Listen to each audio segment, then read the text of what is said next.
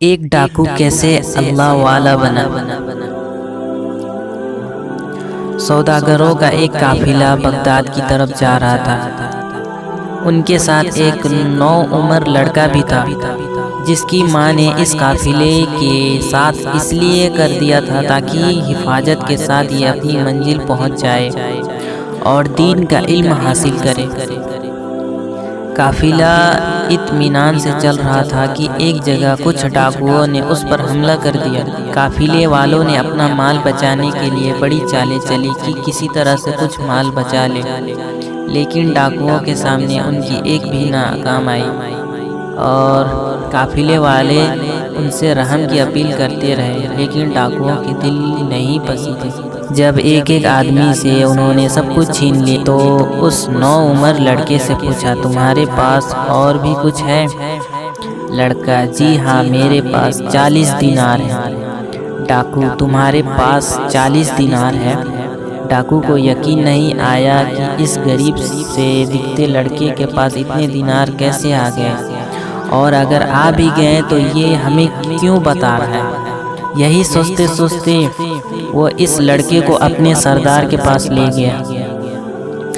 ڈاکو، سردار، یہ لڑکا کہتا ہے کہ میرے پاس 40 دینار ہے۔ سردار، کیا تمہارے پاس واقعی 40 دینار ہے؟ لڑکا بولا، ہاں ہے۔ سردار نے پوچھا، اچھا تو کہاں رکھے؟ لڑکا، جی میری کمر سے ایک تھیلی بندھی ہوئی ہے، اس میں رکھے۔ سردار نے لڑکے کی کمر سے تھیلی کھولی تو اس میں واقعی 40 دینار تھے۔ سردار حیرت سے کچھ دیر اس لڑکے کو دیکھتا رہا، پھر پوچھا، تم کہاں جا رہے ہو؟ لڑکا، دین کا علم حاصل کرنے بغداد جا رہا ہوں۔ سردار، کیا تمہارا وہاں جانے والا کوئی ہے؟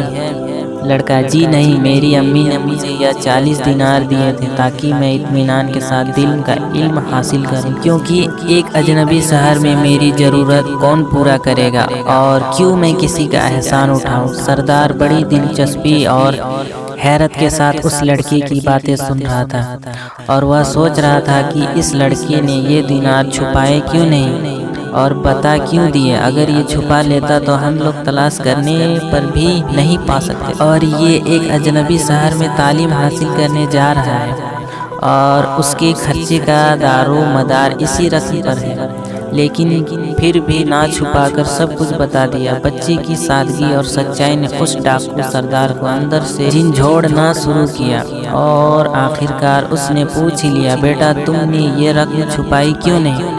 اگر تم نہ بتاتے تو ہمیں شک بھی نہ ہوتا کہ تمہارے پاس بھی اتنے پیسے ہیں۔ لڑکا، جب میں گھر سے نکل رہا تھا تو میری ماں نے مجھ سے کہا تھا کہ کچھ بھی ہو تم جھوٹ نہیں بولنا، تو بھلا میں اپنی ماں کے حکم کو کیسے ٹال سکتا تھا۔ سردار کے اندر کا انسان جاگ گیا۔ وہ سوچنے لگا کہ یہ لڑکا اپنی ماں کا ایسا فرما بردار ہے کہ وہ پیسے نہ ہونے کی وجہ سے اپنی ہونے والی مشکلوں کو جانتا ہے اور اپنا مستقبل تباہ ہوتے دیکھ رہا ہے، لیکن ماں کا حکم ٹالنے کو تیار نہیں، اور میں کتنے عرصے سے برابر اپنے رب اور پروردگار کے حکم کو روند رہا ہوں۔ اس نے لڑکے کو گلے سے لگا لیا، اس کے ساتھ ساتھ پورے قافلے کا سامان واپس کر دیا، اور خدا کے آگے سجدے میں گر کر گڑ گڑانے لگا، اور اس نے سچے دل سے توبہ کی تو خدا کی رحمت نے اس سے آغوش میں لے لیا۔ پھر یہ ڈاکو اپنے وقت کا ایک زبردست ولی اور اللہ والا بنا، اور خدا کے بندوں کو لوٹنے والا، خدا کے بندوں کو دین کی دولت تقسیم کرنے والا بن گیا۔